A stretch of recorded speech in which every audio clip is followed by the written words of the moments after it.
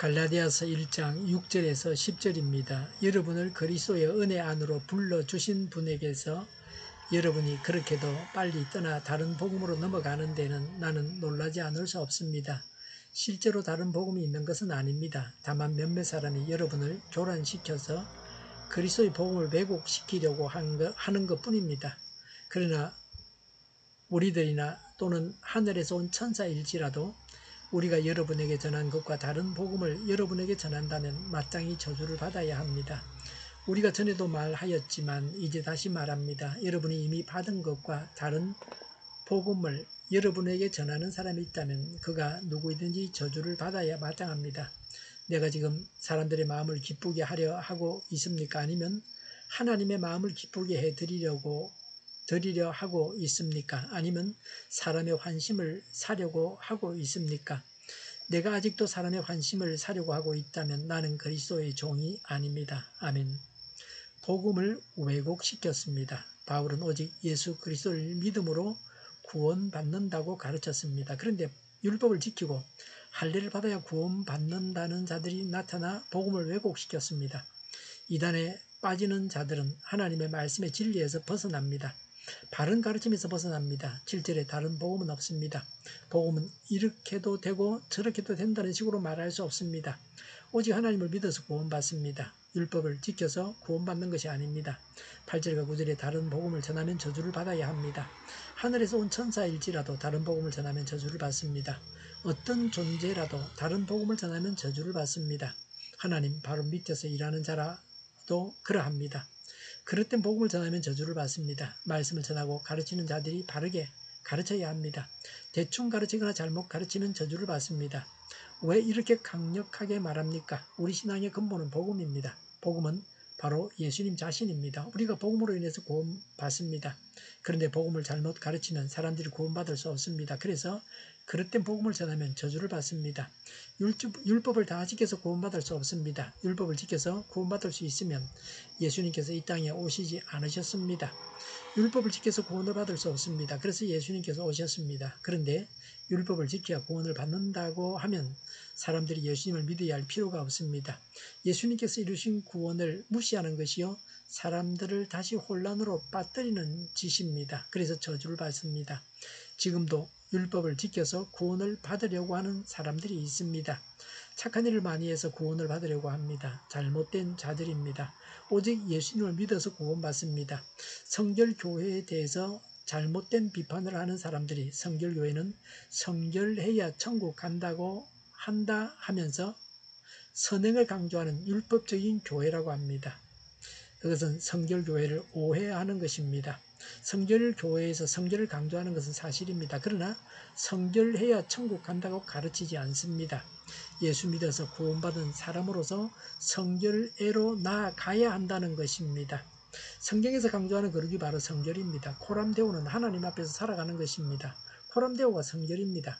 성결은 사랑을 행하는 것이요 죄를 안 짓는 것입니다. 죄를 안 짓는다는 말은 하나님처럼 완전자가 된다는 말이 아닙니다. 신앙 성숙의 정도에 따라서 안 지을 수 있는 죄를 안 짓는다는 것입니다. 믿지 않을 때에 죄를 짓고 살아갑니다. 예수 믿자마자 죄를 다 버리지는 못합니다. 처음 믿었을 때는 신자이면 틀림이 없지만 사는 생활을 보면 불신자고 비슷합니다.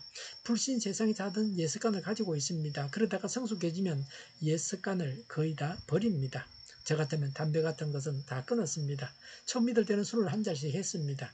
그러나 언젠가부터는 완전히 끊었습니다. 죄를 안 짓는 만큼 성결합니다. 사랑을 실천하는 만큼 성결합니다. 사도행전 2장에 나오는 성령 세례를 제가 강조합니다. 모든 성도님들이 성령 세례를 받아야 합니다. 성령 세례는 골자가 확신입니다. 그런데 성령 세례도 구원의 조건은 아닙니다. 구원의 조건은 오직 예수님을 하나님으로 구원자를 믿는 것입니다. 다른 것은 없습니다. 10절에 그리스도의 종에 대해서 말합니다. 그리스도의 종은 사람의 마음을 기쁘게 하고 사람의 환심을 사려는 것이 아니라 하나님을 기쁘시게 해드려야 합니다. 하나님이 우선입니다. 먼저 하나님을 기쁘시게 해야 합니다. 사람의 비율을 맞추느라고 하나님을 섭섭하게 해서는 안 됩니다. 먼저 하나님께 맞추고 그 다음에 사람에게 맞추어야 합니다. 무조건 사람들에게 욕을 먹으라는 말씀이 아닙니다. 사람에게도 잘해야 합니다. 그러나 하나님보다 사람을 더 생각하면 사람의 종입니다. 하나님의 종은 아닙니다. 우리가 사람의 종이 아니라 하나님의 종이어야 합니다. 그리스도의 종은 주인이신 하나님의 뜻을 따라서 일하는 자입니다. 주인이신 그리스도를 기쁘시게 해야 합니다. 복음을 제대로 전해야 합니다. 먼저 하나님을 기쁘시게 해야 합니다. 그리고 나서 사람을 즐겁게 해야 합니다. 기도하겠습니다. 먼저 하나님을 기쁘시게 하고 나서 사람을 기쁘게 하겠습니다. 복음을 제대로 전하겠습니다. 정의가 강물처럼 흘러가게 하여 주시옵소서. 교회가 분열되지 않고 하나가 되게 하여 주시옵소서. 교회가 한 목소리를 내게 하옵소서. 전쟁이 그치고 평화가 오게 하여 주시옵소서. 성경을 대적하는 자가 없어지게 하여 주시옵소서. 주사파와 공산당과 이적 단체들과 적과 통일로 나아가게 하는 자들이 없게 하옵소서. 이 땅에 다시는 전쟁이 일어나지 않게 하옵소서. 적과 통일되지 않게 하옵소서. 자유민주국가로 전쟁이 아닌 평화롭게 통일을 이루게 하옵소서.